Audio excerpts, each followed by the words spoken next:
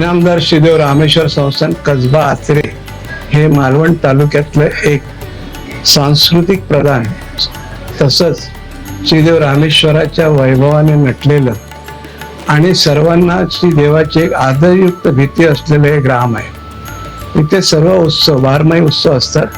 प्रत्येक मानकरी, प्रत्येक सेवेकरी, प्रत्येक ग्रामस्थ हे देवाची आदरयुक्त भीती मनात ठेवून आपापली कामं बिनबुबाट कोणताही हुकूम न देता आपापल्या जागी व्यवस्थित येऊन ती काम करत असतात। आणि एकोप्याने काम करण्याचं एक सुंदर एक उदाहरण आहे की या आदर्शवत उदाहरण आहे। या गावातले जे सगळे उत्सव व्यवस्थित का वाटतात तर त्याचं कारण हे आहे।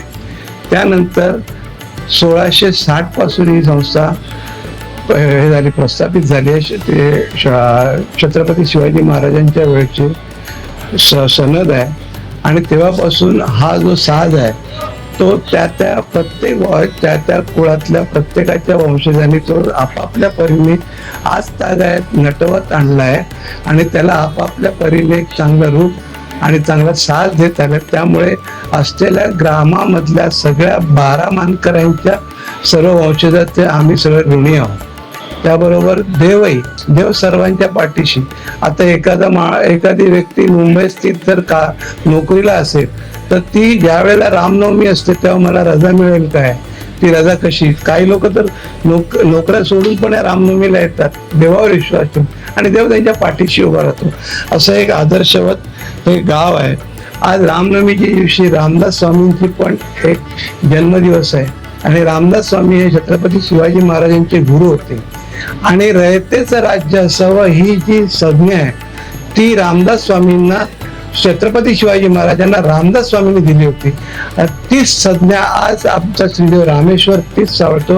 रामेश्वर जरी मानकरी काय असले तरी माझे 12-5 किंवा माझी असलेली रयत रंबावळ म्हणजे असलेली सामान्य ग्राम जी हे जनता आहे ती कशी आहे हे पहिलं विचारतो आणि तोच एक ह्याचं वैशिष्ट्य आहे की प्रत्येकाचं देव ज्या वेळेला विचार करतो त्याच्या पाठीशी उभं राहतं। असं एक आदर्शवत असं एक ग्राम आचरे ग्राम आहे आणि आम्ही फार पुण्यवान आहोत की अशा गावात आम्हाला जन्म मिळाला।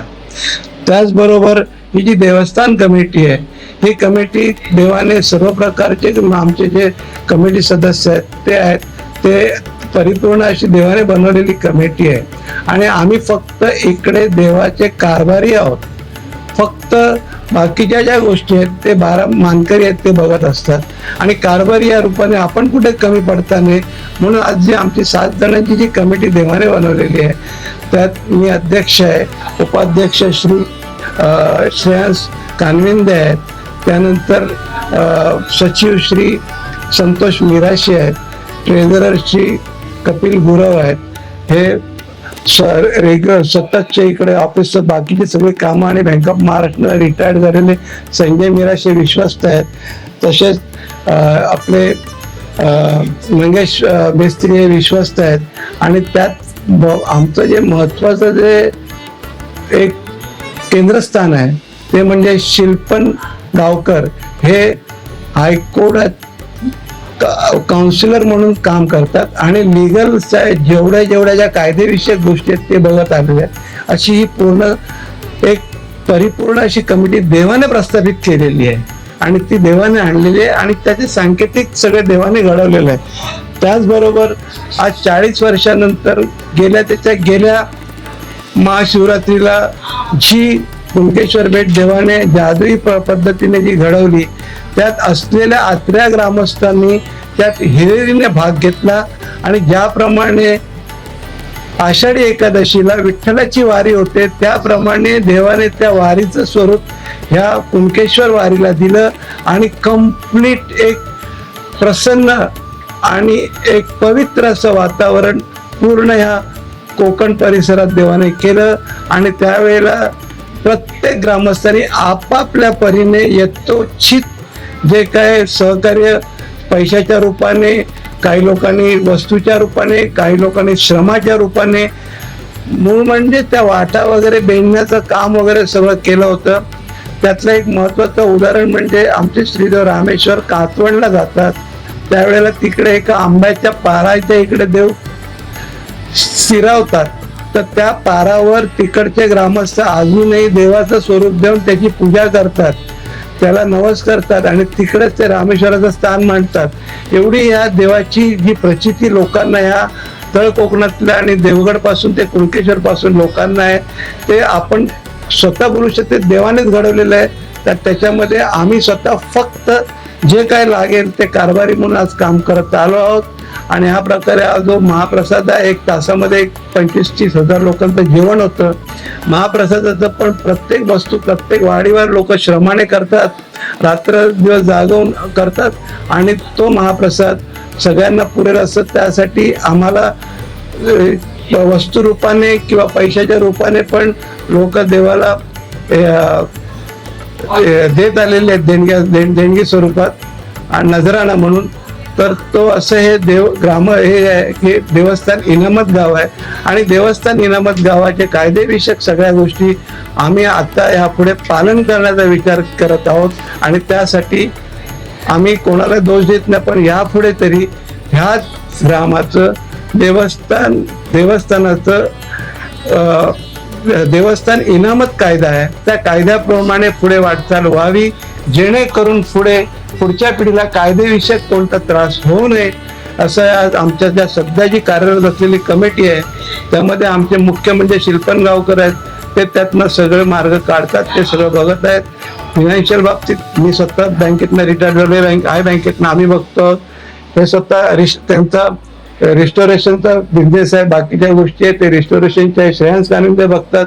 त्याप्रमाणे आमच्याशी संतोष निराशे आहेत, त्यांना देवाचे सर्व जे विधी आहेत, बारमाही जे षोडोपचार आहेत त्या सगळे ज्ञात आहेत. ते कुठे काय ते सगळं ते ग्रासरूट लेवलला बघून ते गावचे उपसरपंच असूनही ही व्यक्ती सगळ्यांना आज व्यवस्थित सांभाळून घेत आलेली आहे. त्याप्रमाणे कपिल गुरव हे देवाचे स्थळेश्री म्हणजे देवाच्या मंदिराचे प्रमुख गुरव आहेत, ते सगळं बाकीच्या गोष्टी ते खजिनदार आहेत ते बघतात. हे आपले मेस्त्री आहेत, ते कोरीव काम बाकीच्या लाकूड सामानाचं कुठे काय सगळं बघत अशी एक कमिटी आहे. आणि त्यामुळे आज आम्ही कुठेही कोणताही मोठेपणा वगैरे न मिरवता जमिनीवर चालायचं सगळं लहानात लहान.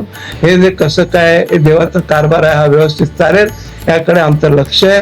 त्यामुळे जर कुठे आमच्या बोलण्यात कमी जास्त म्हणाले मी माफी मागतो, पण असंच ह्या ग्रामाचं देव आमच्या पाठीशी देव घडवून आणतो आणि देव पुढे घडवेल एवढंच मी तुम्हाला सांगतो. त्याचप्रमाणे देव असलेल्या परजातीय लोकांचं पण देव मानपान करतो. ज्या वेळेला आम्ही कुणकेश्वर यायला जातो, डाळपसोरी असते त्यावेळेला ते पिराचं मान काढतात, ख्रिश्चनांचा मान काढतात. त्यामुळे इकडे जातीय भेदाभेदी देवाने काही एक ठेवलेली नाहीये.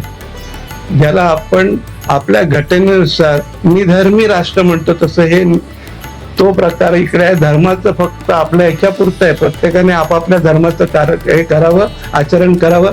पण आम्ही जेव्हा आमच्या धर्मकार्य असते त्यावेळेला दुसऱ्या धर्माचं पण आपण मानपान करतो. एवढा मोठेपणा देवाने आमचं सगळं सुरू केलेलं आहे. प्रकारचे सरेवरीला वांस तोप म्हणतात आणि ही तोप का वाजवली जाते? ज्या वेळेला एखाद पालखी सुरू होते तर अख्ख्या गावातल्या लोकांना कळावं की बाबा आता पालखी सुरू, तोपेचा आवाज झाला की इशारत म्हणतो त्याला, की तोपेची इशारत झाली की पालखी सुरू झाली. आणि पालखी जेव्हा काही फेऱ्यानंतर प्रत्येक ठिकाणी आली की त्यावेळेला तोप उडवली जाते. तसंच देव जेव्हा आपल्या पूर्ण गावात, देवाचं अखंड गाव देवाच्या मालकीचं आहे, जवळजवळ 18,000 एकर जमीन देवाची आहे आणि देव 3 वर्षाने एकदा आपल्या संपूर्ण इलाक्यात पाय लावून येतो, म्हणजे जातो.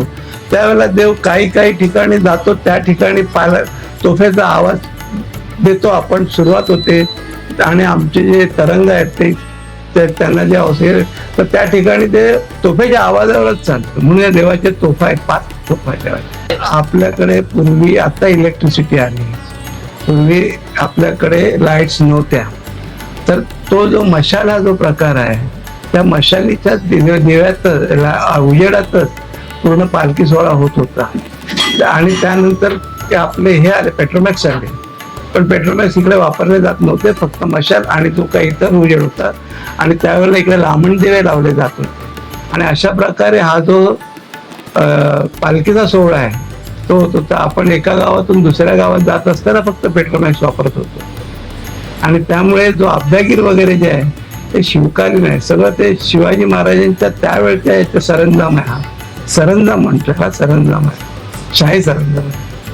एवढं बोलून मी आपली रजा घेतो आणि असंच रामेश्वर कृपेने असंच सगळं व्यवस्थित चालत राहणार, यात काही तीळ मात्र शंका नाही.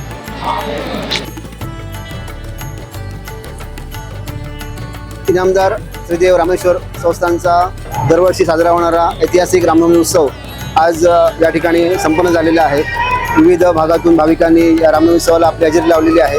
सकाळी रामेश्वराचं दर्शन लोकांनी, विविध भागातून लोकांनी रामेश्वर दर्शन घेतलेलं आहे आणि त्यानंतर जो उत्सव असतो रामजन्माचा, तो रामजन्माचा उत्सव रामनवमी रामाचं पाण्यात घालून रामजन्म झाला आणि त्यानंतर इथे आलेल्या सर्व भाविकांना रामेश्वर संस्थानच्या वतीने महाप्रसादाचं वाटप करण्यात आलेलं आहे आणि संध्याकाळी संजगिरी यांचं शास्त्रीय गायन होणार आहे आणि त्यानंतर रात्री पालखी आणि त्यानंतर कार्यक्रम संपणार आहे.